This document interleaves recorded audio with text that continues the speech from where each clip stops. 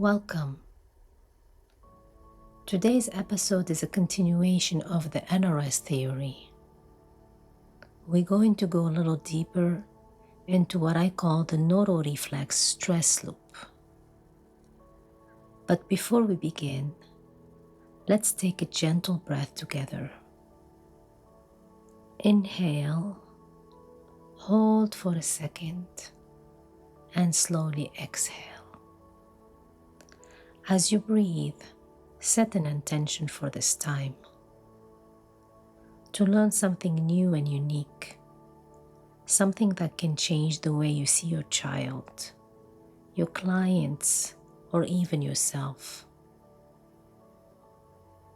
Today I want to offer you a new lens of looking at neurodevelopmental challenges and at the way the body responds to stress, not as a bad behavior or problems to solve, but as the language of the nervous system asking for safety.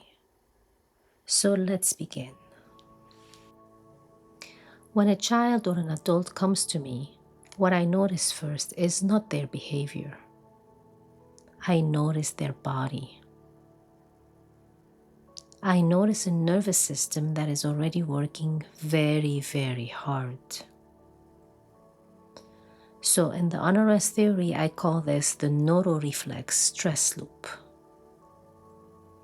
It is what happens when primitive reflexes and the autonomic nervous system are stuck in one job: protect, protect, protect. On the outside, this can look like meltdowns, shut too sensitive, too much, or too dramatic. On the inside, the body is in survival, fight, flight, or freeze. So let's explore what starts the stress loop. The stress loop usually begins with too much, too fast for that system. Too much sound, too much light, too much movement, too many people, too many demands, too many changes.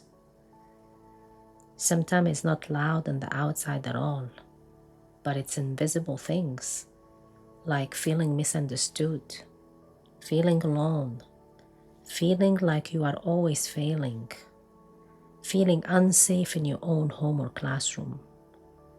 The nervous system doesn't care if the trigger is sensory or emotional. It only hears overload. How does this show up in the body? When I touch a child's body in this state, I can feel the stress loop with my hands. The shoulders are tight and lifted. The arms feel dense and guarded. Sometimes when I hold a hand or an arm, I can literally feel the heartbeat pulsing there. Around the head and in the back of the head, at the occipital lobe area, there is often a lot of tension, almost like electricity under my finger. It feels like there is more charge than the system can organize. This is the body way of saying, I am not safe enough. I am on duty all the time. Now let's explore the reflexes inside the loop. Primitive reflexes are not bad. They are early survival programs. But when they do not get the chance to settle, they keep acting as if danger is still here. Reflexes like fear paralysis, moro, and foot tendon guard can stay active. They pull the body into startle, bracing, withdraw, or ready to run kind of mood. So when you see a child who looks frozen or ready to explode, or who cannot tolerate touch, clothing, or noise, often these reflexes are part of the stress loop story. Let me explain now how adults often misread this. Without a map, it's very easy to misunderstand all of this. We call it defiance, disrespect, attention seeking, overreacting, We assume the child is choosing this. In unrest theory, the first assumption is very different.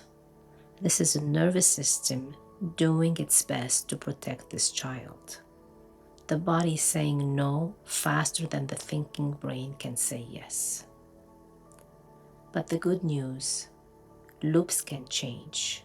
The same system that learned protection can also learn safety. That brings us to the Neuro Reflex recovery loop we're going to continue next episode.